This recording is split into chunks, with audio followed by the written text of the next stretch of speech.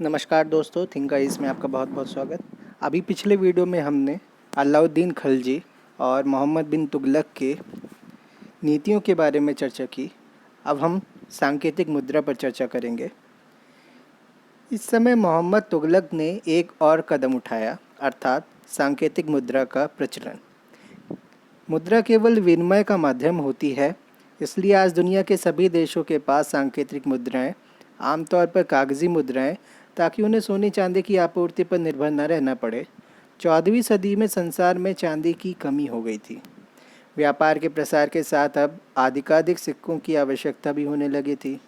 इसके अलावा चीन में कुबलाई खान सांकेतिक मुद्रा का सफल प्रयोग कर चुका था। ईरान के मंगोल शासक गजान खान ने भी इसका प्रयोग किया था। मोहम्मद तुगलक ने कांसे की एक मुद्रा चलाने का निश्चय किया, जो चांदी के टंके जितने ही मूल्य की हो। भारत के विभिन्न भागों में इस मुद्रा के नमूने पाए गए हैं और ये संग्रहालयों में देखे जा सकते हैं। सांकेतिक मुद्रा का विचार भारत में नया था तथा व्यापारियों को और साधारण जनता को भी इसे स्वीकार करने के लिए प्रेरित करना कठिन था।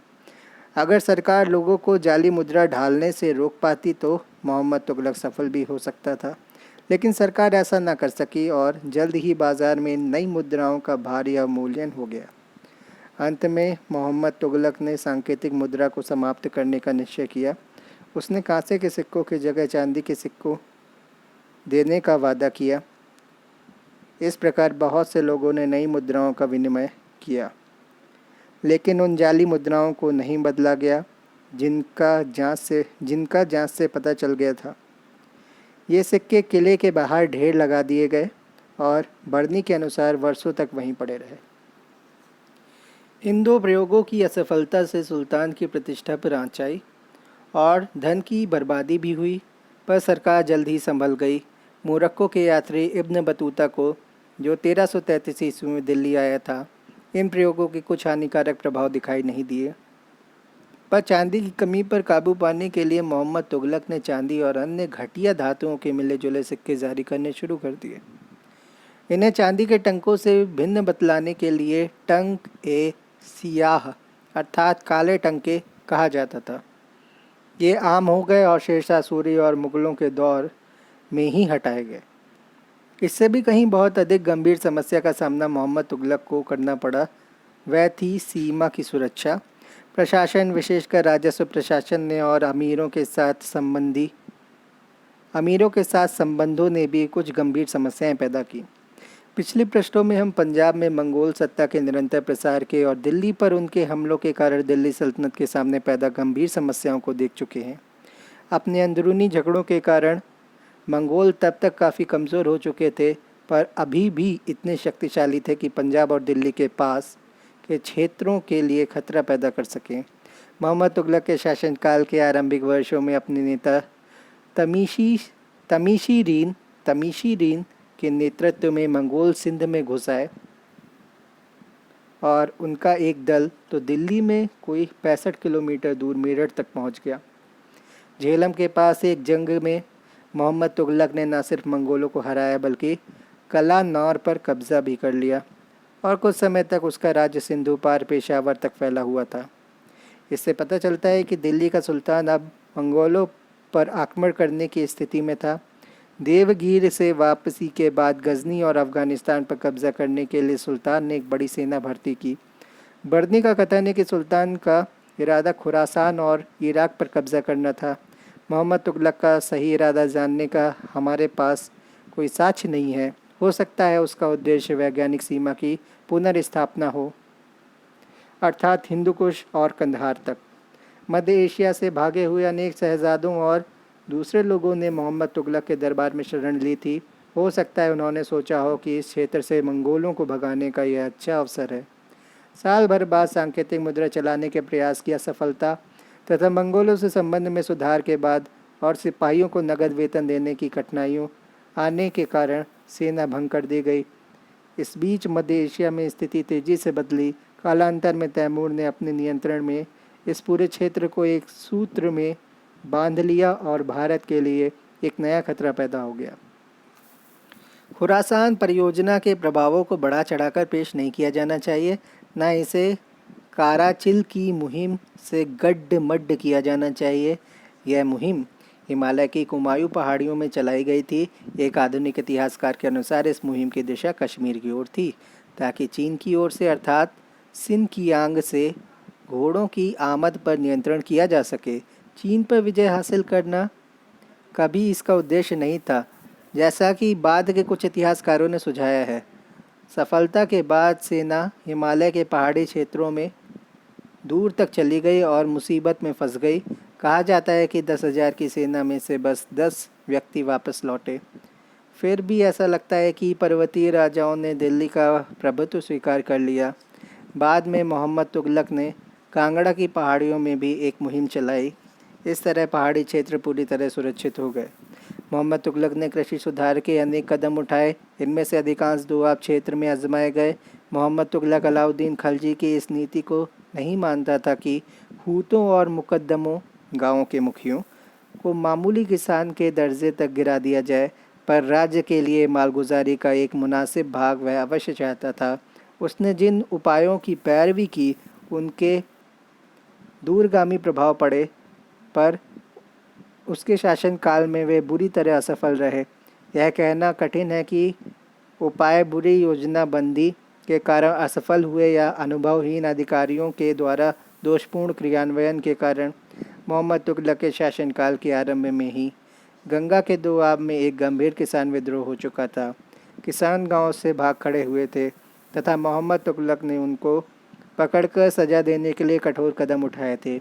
इतिहासकारों का मत है कि परेशानी मालगुजारी के अधिक मूल्यांकन के कारण पैदा हुई थी।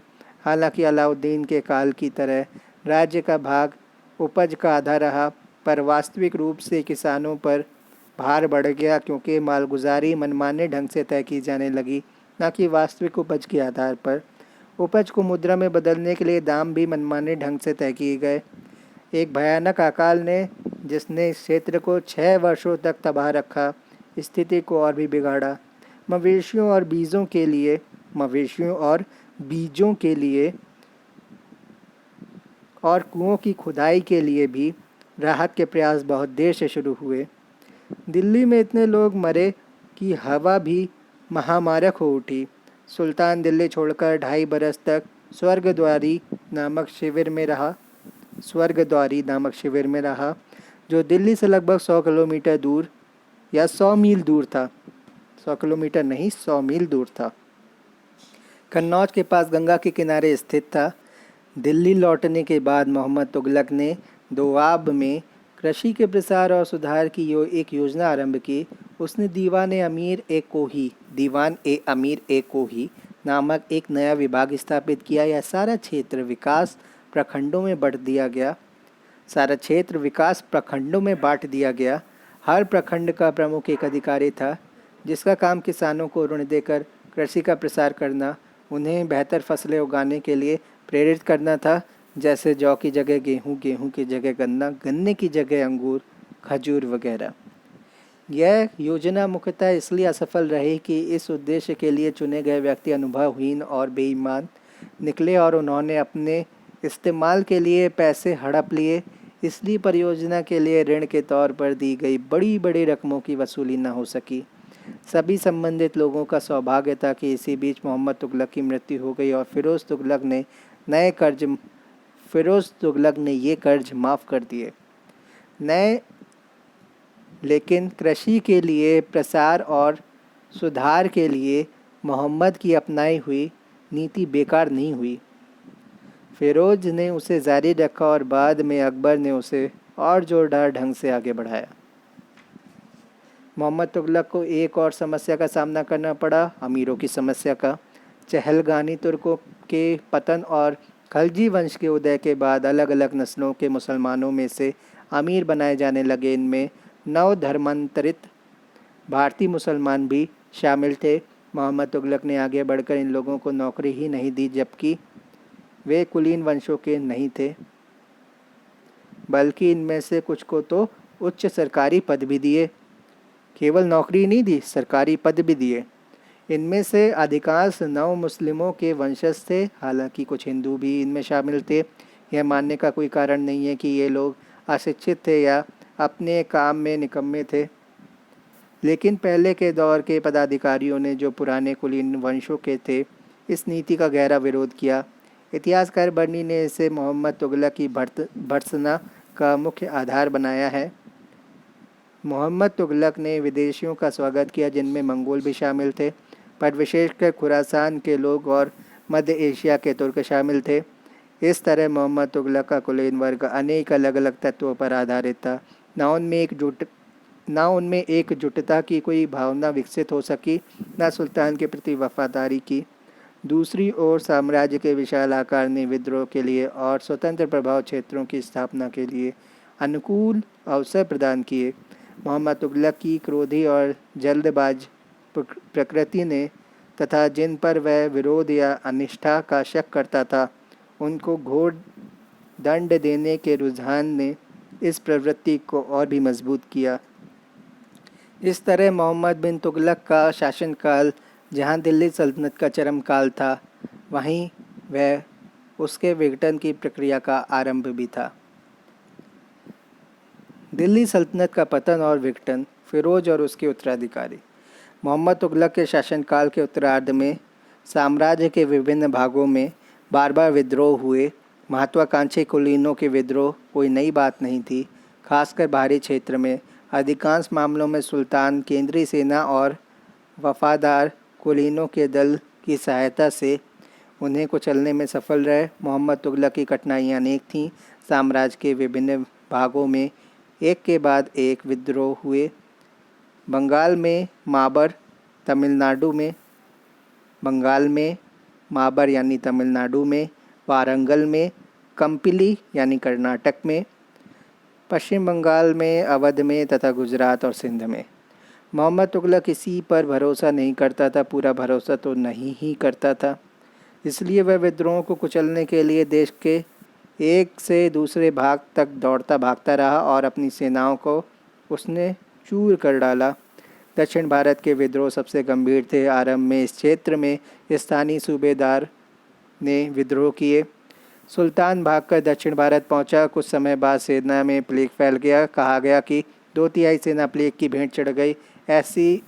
यह ऐसी चोट थी जिससे मोहम्मद तुगलक कभी उबर न सका। दक्षिण भारत से सुल्तान की वापसी के कुछ ही समय बाद वहां हरियर और बुक्का नाम के 2 भाइयों के नेतृत्व में एक और विद्रोह हुआ। उन्होंने एक छोटा सा राज्य कायम कर लिया, जो धीरे धीरे बढ़ता चला गया। यही विजयनगर साम्राज्य था, जो जल्द ही पूरे दक्षिण भारत में फैल गया। इससे भी उत्तर दक्कन में कुछ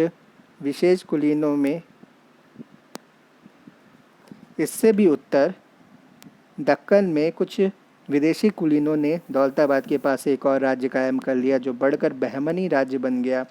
इन 2 उल्लेखनीय साम्राज्यों की उपलब्धियों का खाका हम बाद के एक अध्याय में पेश करेंगे।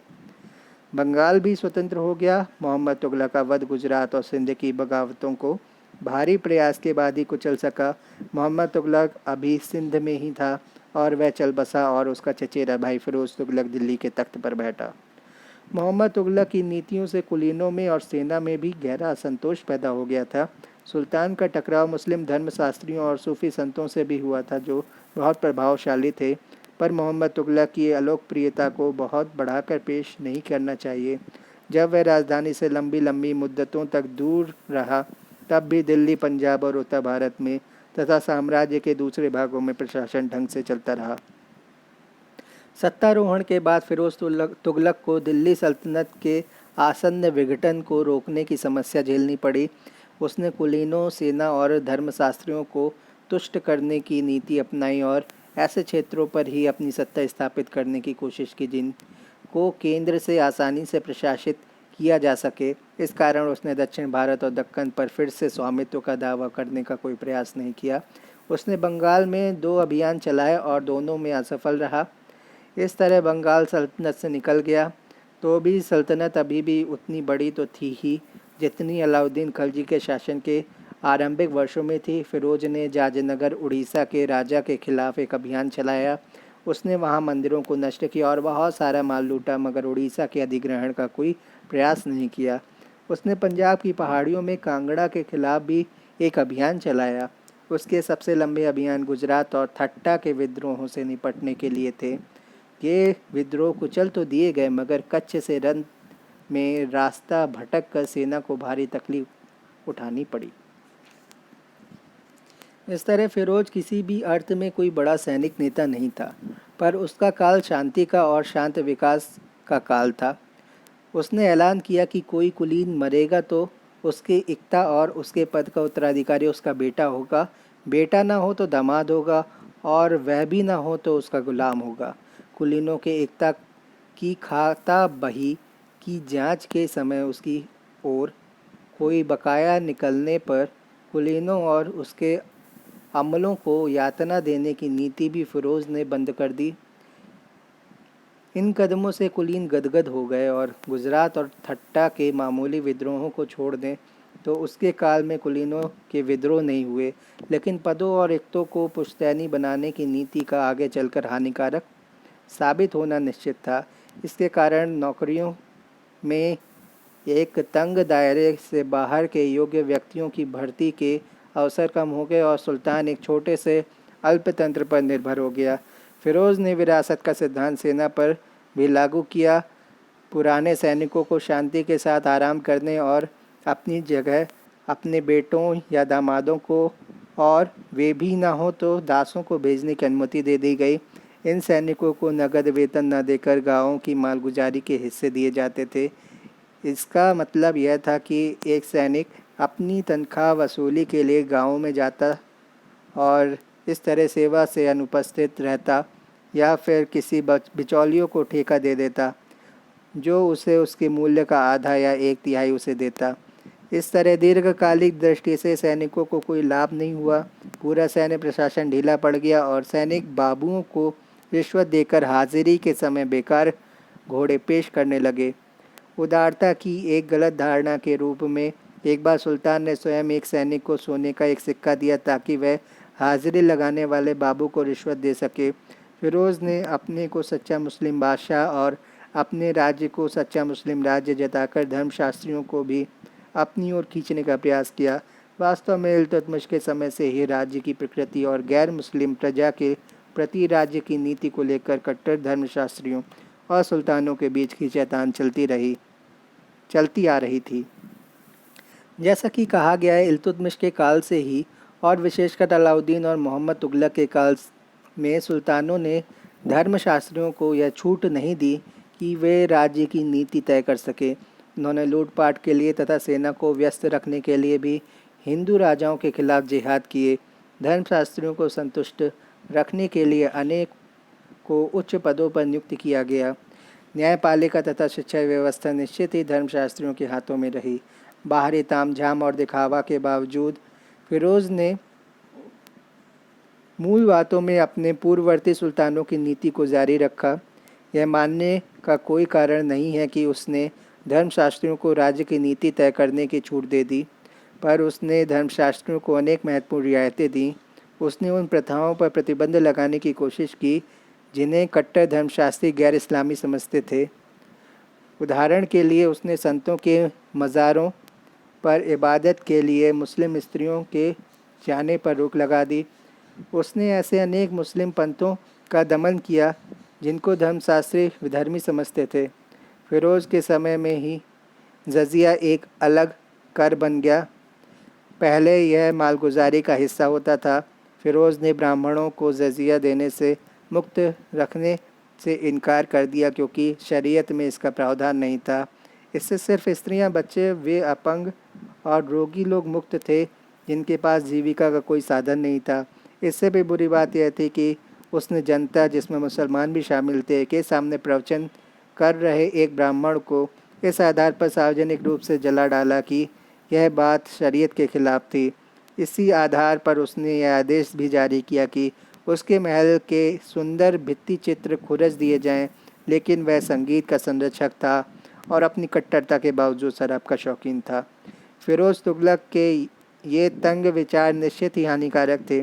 साथ ही वह पहला शासक था जिसने हिंदू धर्म ग्रंथों कि संस्कृत से फ़ारसी में अनुवाद कराने के लिए कदम उठाए ताकि हिंदू आचार विचार की बेहतर समझ मिल सके।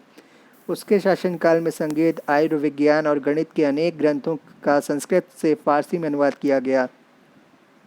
फिरोज़ ने अनेक मानवतावादी कदम भी उठाए। उसने चोरी और दूसरे गुनाहों के लिए हाथ, पैर, नाक आदि काटने जैसे अमानवीय दंड बंद कर दिए।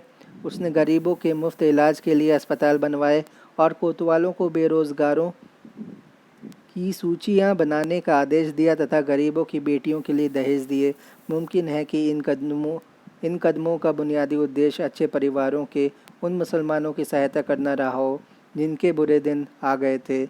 इससे भी भारत के मध्यकाल में राज्य की सीमित प्रकृति का पता चलता है। तो भी फिरोज ने इस बात पर जोर दिया कि राज्य का काम केवल दंड देना या कर वसूल करना ही नहीं है, बल्कि वह एक कल्याणकारी संस्था भी है।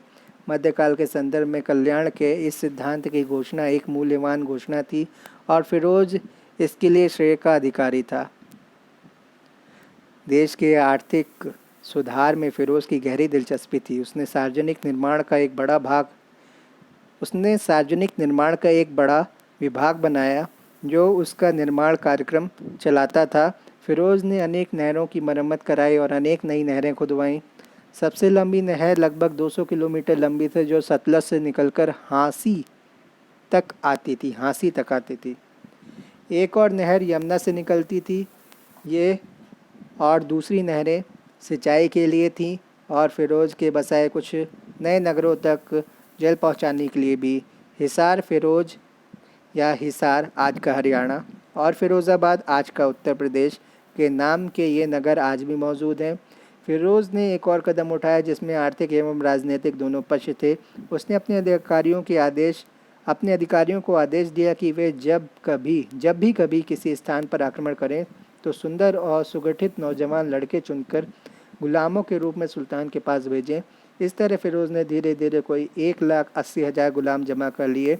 इनमें से कुछ को उसने विभिन्न हस्तशिल्पों का प्रशिक्षण दिलाकर पूरे साम्राज्य में शाही कारखानों में नियुक्त किया। दूसरों को लेकर उसने सैनिक दस्ते बनाए जो सीधे सुल्तान पर निर्भर थे और इसलिए उसे आशा थी कि वे पूरी तरह उसके वफादार रहेंगे। यह नई नीति नहीं थी। हम देख चुके हैं कि भारत के आरंभिक तुर्क सुल्तान गुलामों की भर्ती किया करते थे। खलजियों के काल में यह प्रथा कमज़ोर तो पड़ी पर समाप्त नहीं हुई, पर अनुभव से यह साफ हो गया था कि यह भरोसा नहीं किया जा सकता कि ये गुलाम अपने मालिक के वंशजों के प्रति भी वफादार रहेंगे। जल्द ही वे कुलीनों से अलग एक भिन्न समूह बन जाते थे। 1388 में जब फिरोज़ की मृत्यु हुई तो वही प्रशासनिक और राजनीतिक समस्याएं उठ खड़ी हुईं जो हर सुल्तान की मौत के बाद उठा करती थी। सुल्तान और कुलीनों के बीच शक्ति संघर्ष एक बार फिर शुरू हो गया। इस स्थिति से स्थानीय जमींदारों और राजाओं ने लाभ उठाकर स्वतंत्रता के दावे किए। फिरोज़ के गुलामों का सक्रिय हस्तक्षेप और तख्त पर अपना व्यक्ति बिठाने का प्रयास इस स्थिति में एक नया आयाम था। फिरोज़ का बेटा सुल्तान मोहम्मद उन्हीं की सहायता से अपनी स्थिति को संभाल सका, लेकिन अनेक गुलामों को मारकर और कैद करके तथा बाकी को बिखरा कर उनकी ताकतों को तोड़ना उसके आरंभिक कदमों में एक था। लेकिन महत्वाकांक्षी कुलीनों और अक्खड़ राजाओं को ना तो सुल्तान मोहम्मद नियंत्रित कर सका और ना ही उसका उत्तराधिकारी नसरुद्दीन मोहम्मद, जिसने 1394 से 1412 तक शासन किया।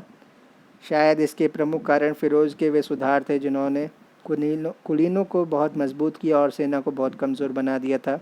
सूबों के सूबेदार स्वतंत्र हो गए और दिल्ली का सुल्तान दिल्ली के आसपास एक छोटे से इलाके तक सीमित होकर रह गया।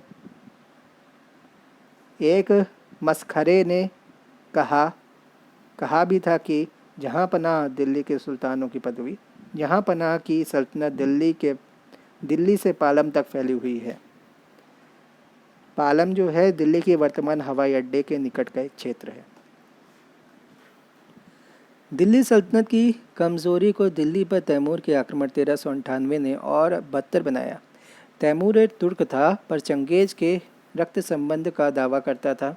तैमूर ने 1370 में अपनी विजय यात्रा आरंभ की थी और धीरे धीरे सीरिया से आक्सस पार तक और दक्षिण रूस से सिंध तक के पूरे इलाके पर उसने अपना वर्चस्व स्थापित कर लिया। भारत पर उसका दावा लूटपाट के लिए था तथा इसका मकसद पिछले 200 वर्षों में दिल्ली के सुल्तानों द्वारा जमा की हुई संपत्ति पर कब्जा करना था। दिल्ली सल्तनत के पतन के कारण कोई इस धावे का सामना करने वाला नहीं था। तैमूर की सेना ने दिल्ली के रास्ते में पड़ने वाले विभिन्न नगरों को बेरहमी से तबाह किया और लूटा। फिर तैमूर ने दिल्ली में प्रवेश किया और उसे तहस नहस कर डाला। बड़ी संख्या में हिंदू और मुसलमान पुरुष, स्त्रियां और बच्चे जान से हाथ धो बैठे। तैमूर के आक्रमण ने देश में कमज़ोर शासन के सामने आने वाले खतरों को एक बार फिर स्पष्ट किया। भारत से बड़े पैमाने पर दौलत, सोना चांदी, जवाहरात आदि का दोहन इसका परिणाम था।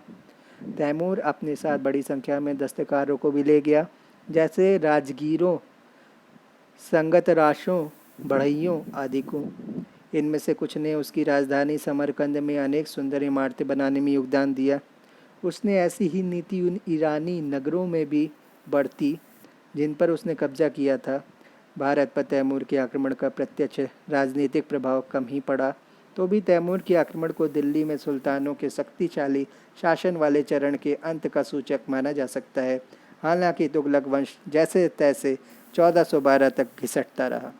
दिल्ली सल्तनत के विघटन के लिए किसी एक शासक को जिम्मेदार नहीं ठहराया जा सकता। हमने देखा कि मध्यकाल की कुछ स्थायी चलने वाली समस्याएं थी, जैसे शासक और कुलीनों के बीच के संबंध की समस्या, स्थानीय राजाओं और जमींदारों से टकराव की समस्या, क्षेत्रीय और भौगोलिक कारणों से उत्पन्न समस्या आदि। अलग अलग सुल्तानों ने अपने अपने ढंग से इन समस्याओं से निपटने की कोशिश की, पर उनमें से कोई भी इस स्थिति में नहीं था कि स्थायी तत्वों का प्रभाव मिटाने के लिए समाज में बुनियादी तब्दीलियां कर सकता। इस तरह राजनीतिक ताने बाने के बिखराव की स्थिति सतह से ठीक नीचे जारी रहती थी तथा केंद्रीय प्रशासन की कोई भी कमजोरी ऐसे घटनाक्रमों को जन्म देती थी जो राजनीतिक विघटन का कारण बन जाती थी। गयासुद्दीन और मोहम्मद तुगलक के अंतर्गत साम्राज्य के अति विस्तार ने प्रतिक्रियाओं की जिस श्रृंखला को जन्म दिया था, फिरोज उसे सीमित करने में सफल रहा। उसने कुलीनों और सैनिकों के तुष्टीकरण के लिए अनेक सुधार लागू किए, पर जैसा कि हमने देखा, इन्होंने केंद्रीय प्रशासन तंत्र को ही कमज़ोर कर दिया। 1200 से 1400 तक के काल में भारतीय जीवन में अनेक नई विशेषताएं देखी गईं, जैसे शासन की व्यवस्था, जनता के जीवन और दशाओं में परिवर्तन तथा कलाओं और वास्तुकला का विकास। ये एक अन्य अध्याय के विषय हैं जिसको हम आगे की चर्चाओं में शामिल करेंगे। धन्यवाद।